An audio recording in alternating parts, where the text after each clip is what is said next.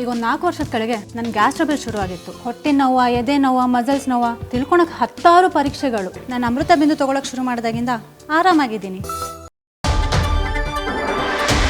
ರಾಜ್ಯದಲ್ಲಿ ಕಾಂಗ್ರೆಸ್ ಸರ್ಕಾರದಲ್ಲಿ ಸಂಪುಟ ರಚನೆ ಸರ್ಕಸ್. ಇಂದು ನಿಯೋಜಿತ ಮುಖ್ಯಮಂತ್ರಿ ಡಿಕೆ ಶಿವಕುಮಾರ್, ಹಂಗಾಮಿ ಸಿಎಂ ಸಿದ್ದರಾಮಯ್ಯ ದೆಹಲಿ ಯಾತ್ರೆಯನ್ನ ಮಾಡ್ತಾ ಇದ್ದಾರೆ. ವರಿಷ್ಠರ ಜೊತೆ ಕ್ಯಾಬಿನೆಟ್ ರಚನೆ ಕುರಿತು ಉಭಯ ನಾಯಕರು ಚರ್ಚೆಯನ್ನ ಮಾಡ್ತಾರೆ.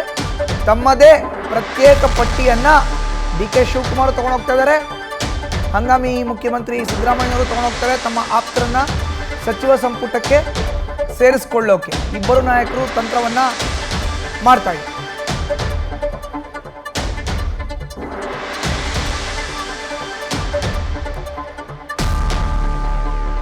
ಹೆಚ್ಚಿನ ಮಾಹಿತಿ ನೀಡ್ತಾರೆ ನಮ್ಮ ಪ್ರತಿನಿಧಿ ಮಂಜುನಾಥ್ ನೇರ ಸಂಪರ್ಕಕ್ಕೆ ಜಾಯ್ನ್ ಆಗಿದ್ದಾರೆ.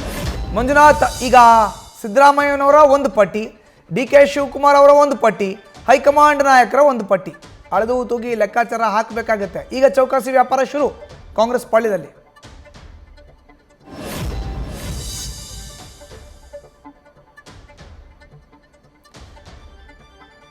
ಇನ್ನು 3 ಪಟ್ಟಿಗಳು ಸಿದ್ಧವಾಗಿದೆ. ಬುಧವಾರ ಪ್ರಮಾಣ ವಚನ ಸಂಜೆ ಬೆಂಗಳೂರಿನ ಲೋಕಭವನದಲ್ಲಿ ರಾಜ್ಯಪಾಲ ತಾವರ್ಚಂದ್ ಗೆಹ್ಲೋಟ್ ಪ್ರಮಾಣ ವಚನವನ್ನು ಬೋಧಿಸ್ತಾರೆ. ಅದಕ್ಕೆ ಕನ್ಫರ್ಮ್ ಆಗಿರೋ ಹೆಸರು ಯಾವುದು? ಈಗ ಡಿ ಕೆ ಶಿವಕುಮಾರ್ ಕಾಂಗ್ರೆಸ್ನ ಶಾಸಕಾಂಗ ಪಕ್ಷದ ನಾಯಕರು ಆದ ಬಳಿಕ ಸರ್ಕಾರವನ್ನು ರಚನೆ ಮಾಡಬೇಕು. ರಾಜ್ಯದ ಮುಖ್ಯಮಂತ್ರಿ ಸ್ಥಾನಕ್ಕೆ ಏರ್ತಾ ಇದ್ದಾರೆ ಡಿ ಕೆ ಶಿವಕುಮಾರ್. ತಮ್ಮ ಕ್ಯಾಬಿನೆಟ್ ಇರಬೇಕಲ್ಲ, ಸಚಿವ ಸಂಪುಟ ಇರಬೇಕಲ್ಲ, ಹೀಗಾಗಿ ಯಾರನ್ನೆಲ್ಲ ತೆಗೆದುಕೊಳ್ಬೇಕು ಅದ್ರ ಬಗ್ಗೆ ಮಾಹಿತಿಯನ್ನು ನೀಡ್ತಾರೆ ನಮ್ಮ ಪ್ರತಿನಿಧಿ ಮಂಜುನಾಥ್, ಈಗ ಸಿದ್ದರಾಮಯ್ಯನವರು ಒಂದು ಪಟ್ಟಿ, ಡಿ ಕೆ ಒಂದು ಪಟ್ಟಿ, ಹೈಕಮಾಂಡ್ ಒಂದು ಪಟ್ಟಿ, ಅಳೆದು ತೂಗಿ ತೆರೆಮರೆಯಲ್ಲಿ ಲೆಕ್ಕಾಚಾರ ಶುರು. ಹೇಗಿರುತ್ತೆ ಈಗ ಚೌಕಾಸಿ ವ್ಯಾಪಾರ?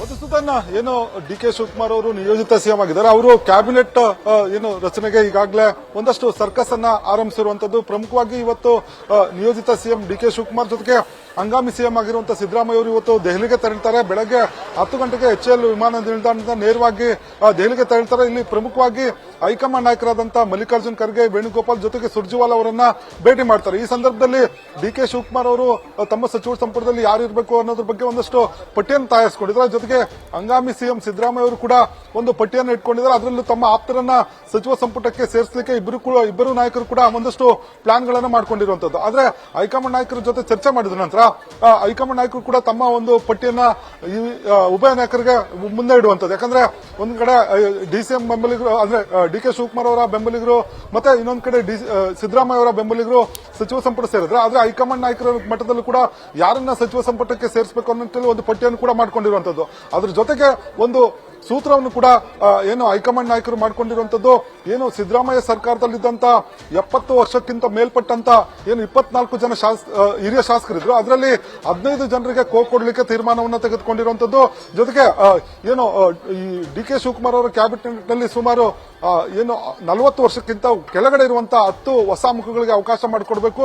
ಜೊತೆಗೆ 50 ವರ್ಷದಿಂದ 70 ವರ್ಷದ ವಯಸ್ಸಿನೊಳಗೆ ಇರುವಂತಹ ಏನು ಹಿರಿಯ ಶಾಸಕರಿಗೆ ಕೂಡ ಅವಕಾಶ ಮಾಡಬೇಕು. ಒಟ್ಟಿನಲ್ಲಿ ಯುವಕರಿಗೆ ಹೆಚ್ಚಿನ ಆದ್ಯತೆಯನ್ನು ಕೊಡಬೇಕು ಅನ್ನೋ ನಿಟ್ಟಿನಲ್ಲಿ ಹೈಕಮಾಂಡ್ ನಾಯಕರು ಕೂಡ ಒಂದು ಸೂತ್ರವನ್ನು ರೆಡಿ ಮಾಡ್ಕೊಂಡಿದ್ದಾರೆ. ಹಾಗಾಗಿ ಸಿದ್ದರಾಮಯ್ಯ ಅವರು ನೀಡುವಂತಹ ಪಟ್ಟಿ ಜೊತೆಗೆ ಡಿ ಕೆ ಶಿವಕುಮಾರ್ ಅವರ ಒಂದು 2 ಪಟ್ಟಿಗಳನ್ನ ತುಲನಾ ಮಾಡಿ ಹೈಕಮಾಂಡ್ ಕೂಡ ಒಂದು ಸಲಹೆಗಳನ್ನು ಕೊಟ್ಟು ಒಂದಷ್ಟು ಜನರನ್ನ ಸೇರ್ಪಡೆ ಮಾಡುವ ಸಾಧ್ಯತೆ ಇರುವಂತದ್ದು. ಹಾಗಾಗಿ ಇವತ್ತು ಏನು ಮ್ಯಾರಥಾನ್ ಮೀಟಿಂಗ್ ಕೂಡ ದೆಹಲಿ ಮಟ್ಟದಲ್ಲಿ ನಡೆಯುತ್ತೆ. ನಂತರ ಇವತ್ತು ಸಂಜೆ ಅಥವಾ ನಾಳೆ ಬೆಳಗ್ಗೆ ಡಿ ಕೆ ಶಿವಕುಮಾರ್ ಅವರು ಮತ್ತು ಸಿಎಂ ಸಿದ್ದರಾಮಯ್ಯ ಅವರು ಬೆಂಗಳೂರಿಗೆ ವಾಪಸ್ ಆಗ್ತಾರೆ. ನಂತರ ಯಾರು ಅಂತಿಮವಾಗಿ ಪ್ರಮಾಣ ವಚನ ಸ್ವೀಕಾರ ಮಾಡಬೇಕು ಅನ್ನೋ ನಿಟ್ಟಿನಲ್ಲಿ ಎಐಸಿಸಿ ನಾಯಕರು ಒಂದು ಪ್ರೆಸ್ ರಿಲೀಸ್ ಕೂಡ ಮಾಡುವ ಸಾಧ್ಯತೆ ಇರುವಂತದ್ದು.